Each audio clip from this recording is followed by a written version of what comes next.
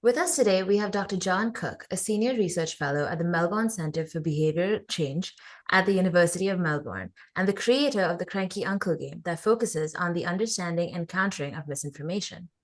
Dr. Cook, thank you so much for joining us today. Great to talk to you. So it's been a few years since we last talked to you, and at the time, you were just releasing the Cranky Uncle game. So could you tell us the inspiration behind the game and about its success since its release? Yeah, so the Cranky Uncle game really flowed out of my psychological research. I began my research career investigating the question, how do we counter misinformation? And my research ended up pointing me towards that.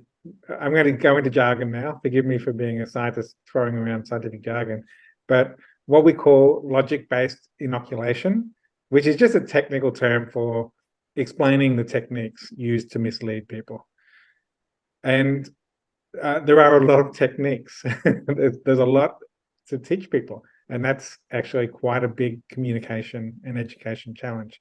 So I've been grappling for a while with what are engaging, practical, and scalable ways to teach the techniques of misinformation to people. And I arrived at games as a potentially effective strategy. So we developed a game, Cranky Uncle, which teaches the techniques of misinformation and does it in a way that is engaging, using humor, cartoons, and gameplay elements like collecting points, leveling up, as a way to motivate people to get further and further into the game and learn more techniques of misinformation. So, who is the character Cranky Uncle in the game? Who is he supposed to be? And was this when you first began exploring your cartoonist skills? Yeah, so Cranky Uncle, yeah, so he's a cartoon character in the game representing that family member we all have that thinks that they know better than the world's scientific experts. It actually comes out of my original research into climate denial. There's a study exploring what is the demographics of climate science deniers, and they find that they're most likely to be older, male, white, politically conservative. Essentially, that cranky uncle character. Now, before I did my PhD in cognitive psychology, I was actually a cartoonist for about 10 years.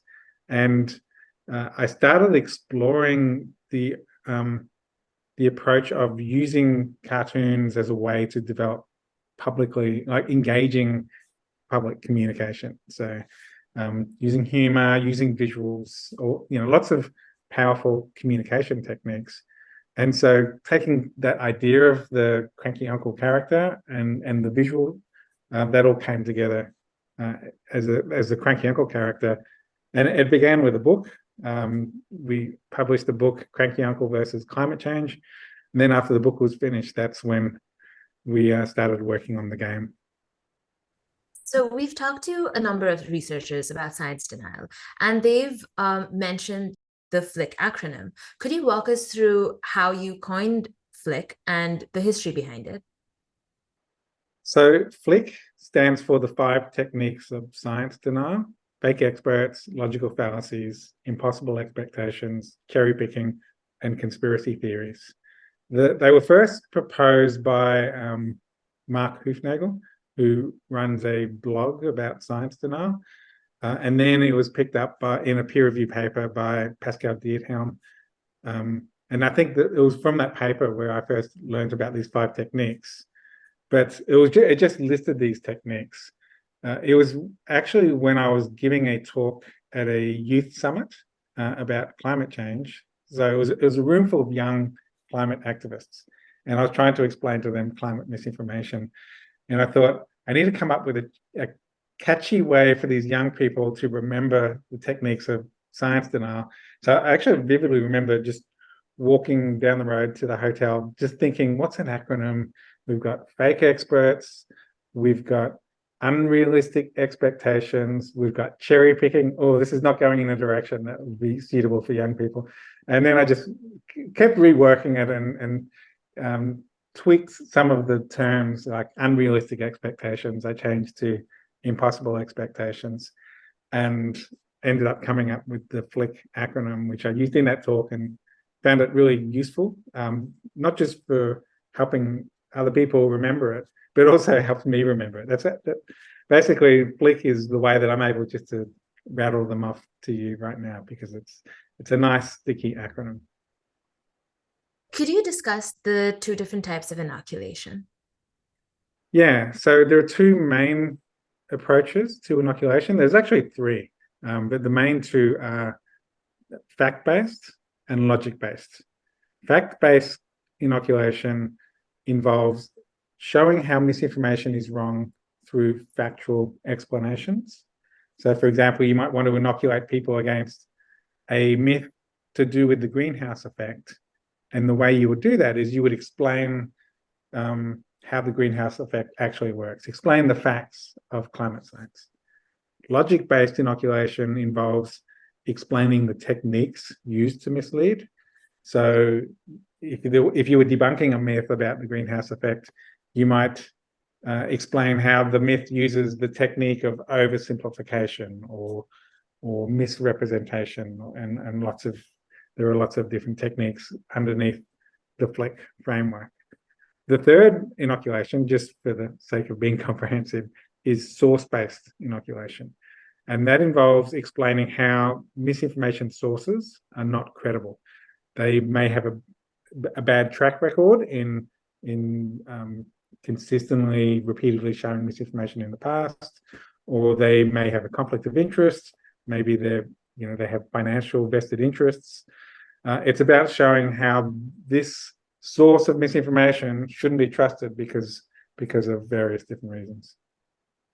Could you discuss the experiment you did regarding the global warming petition project and your findings on it?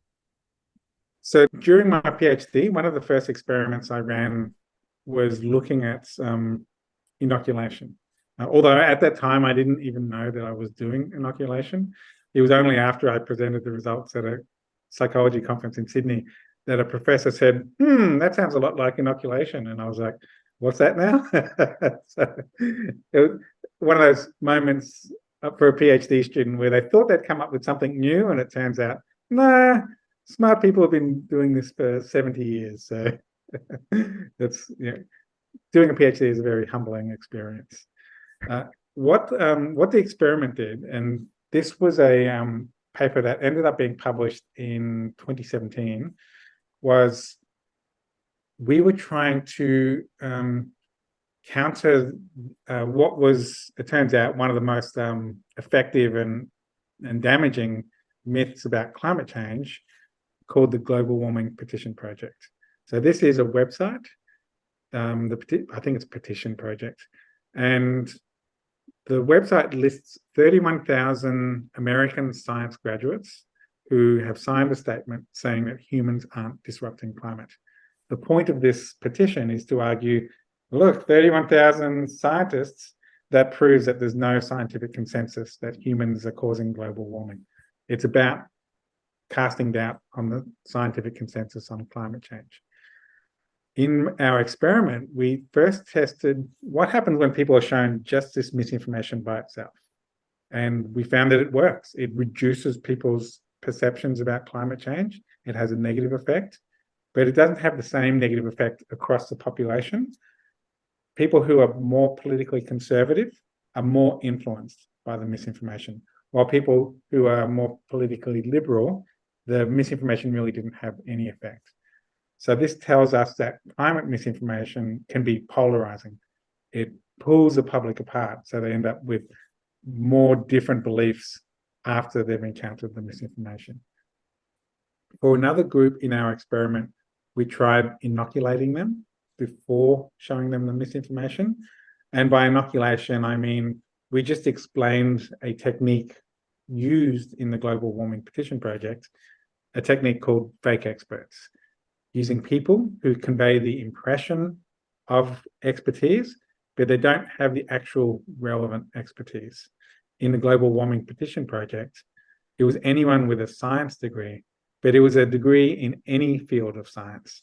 So if you look at the actual disciplines of the people who signed the petition, you have computer scientists, veterinary scientists, medical scientists, engineers, but very few, like less than 0.1% of the signatories actually had the relevant expertise in climate science.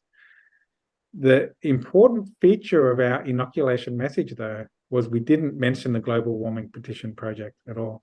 Instead, we spoke about the technique of fake experts in general terms, and then we used tobacco misinformation from the mid-20th century as an example of that technique.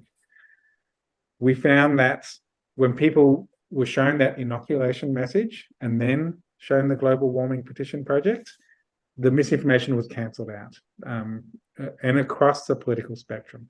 The misinformation had no effect on people, whether they were liberal or conservative.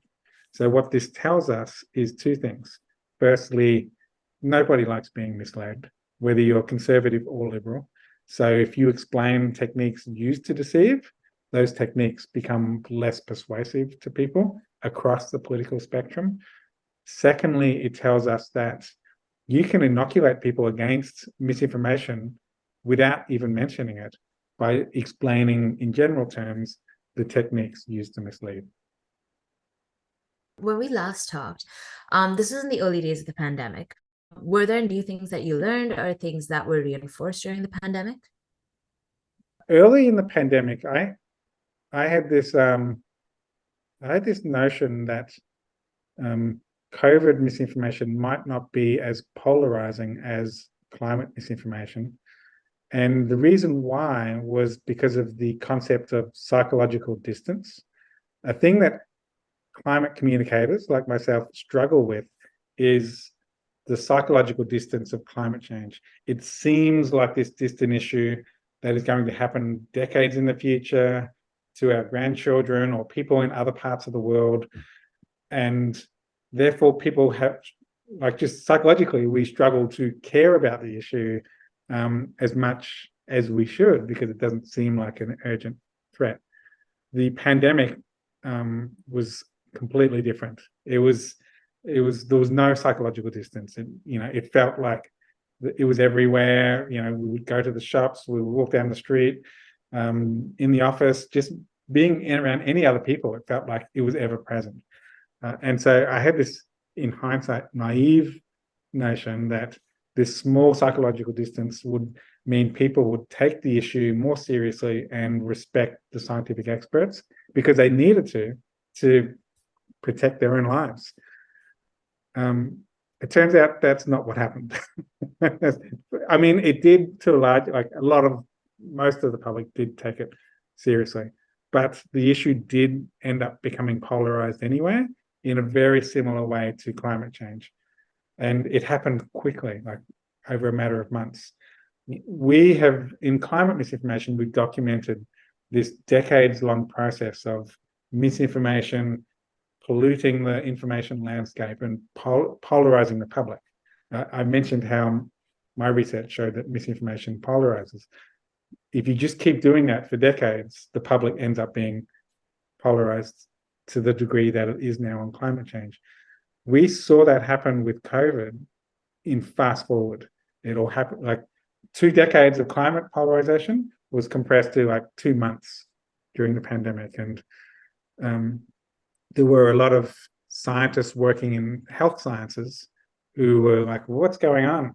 And us working in climate change were like, yeah, we've seen this all happen before.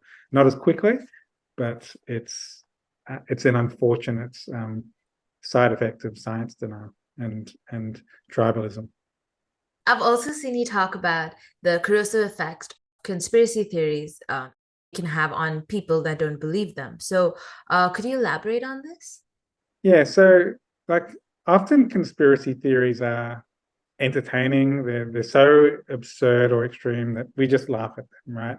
And tend to dismiss them as harmless. The problem is research has shown that when people are exposed to conspiracy theories, even if they don't believe them, they can still have an influence on their attitudes, their support for policy, just subconscious influences where we're not actually believing the conspiracy theory, but it still influences our attitudes. So we do need to be careful about even conspiracy theories that we think are ridiculous and extreme and harmless. Regarding climate change, can you talk to us about what you call the 5 climate disbeliefs? Yeah, as well as doing lots of different acronyms, I also love building taxonomies. And we were doing a research project where we were training a machine learning model to detect climate misinformation. To do that, we needed to build a taxonomy of all the different misinformation claims. And we found that as we built this taxonomy, there were 5 main categories at the top. The 5 climate misinformation categories were: it's not real, as in global warming is not real; it's not us, as in humans aren't causing it; it's not bad, the impacts from climate change won't be bad; the solutions won't work, in other words, the proposed either climate policy or renewables are either ineffective or harmful. And then the 5th category was you can't trust climate science or climate scientists. So it was about attacking the actual science or scientists. Once we had this taxonomy in these 5 main categories, I realized that they lined up perfectly with research by Ed Maybach, who happened to be my boss at the time when I was working at George Mason University. He had done psychological research into all the different attitudes and beliefs that people have about climate change, and he boiled them down to these 5 key climate beliefs: it's real, it's us, it's bad, the solutions work, or there's hope, and the experts agree on the science. And I realized, well, actually what I've got is the opposite world version of those. Instead of it's real, it's us, it's bad, it was it's not real, it's not us, it's not bad. Instead of there's hope, it was solutions won't work. And instead of experts agree, it was you can't trust the experts. So I called these 5 categories the 5 key climate disbeliefs, as a kind of homage to Ed Maybach's original framework. After understanding the arguments used by science deniers, how would you advise others to rebut these arguments? Yeah, that's a good question, because it's one thing to inoculate yourself against misinformation and recognize the techniques, but how do you actually respond to them? And we talk about this a little bit in the conspiracy theory handbook. It's important, if you're trying to persuade someone, that you don't go with the goal of making them feel stupid. That's never the pathway to changing a person's mind. So you do need to try to discuss these kinds of issues with empathy, with curiosity, openness, genuinely trying to understand where they're coming from.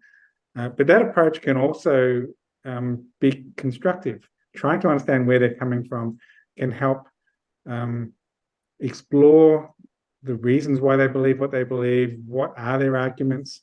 Are there any unstated assumptions in their arguments? And that can be a way to kind of deconstruct a person's argument or the claims that they're making. Also, I think that appealing to commonly held values is a constructive approach, particularly the commonly held value of critical thinking.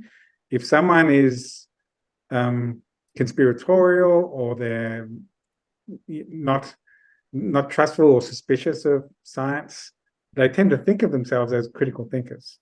And you can appeal to that commonly held value and even encourage them to turn that critical thinking onto their own claims. And it can be a difficult sell, but that is at least a constructive approach. The other thing that I've gravitated towards myself and tested a number of times in different scientific studies is the use of logic analogies. Philosophers call it parallel argumentation. Take the bad logic in a misinformation claim and transplant it into an analogous situation. And for me, it was a light bulb moment when I realized that parallel argumentation was used every night by late night comedians. They were debunking something, some misinformation of the day, and they would say, well, that's just like being in this situation. And then they would use that same logic, usually an absurd situation. Everyone would laugh. It's quite entertaining, it's funny, but it also is quite educational because it is a concrete, engaging way to explain what is essentially quite abstract logical fallacies. Okay, it looks like we're out of time for today. We've been talking to Dr. John Cook, a senior research fellow at the Melbourne Centre for Behaviour Change at the University of Melbourne and the creator of the Cranky Uncle game. Dr. Cook, thank you so much for joining us today. Great to talk to you. Thanks a lot.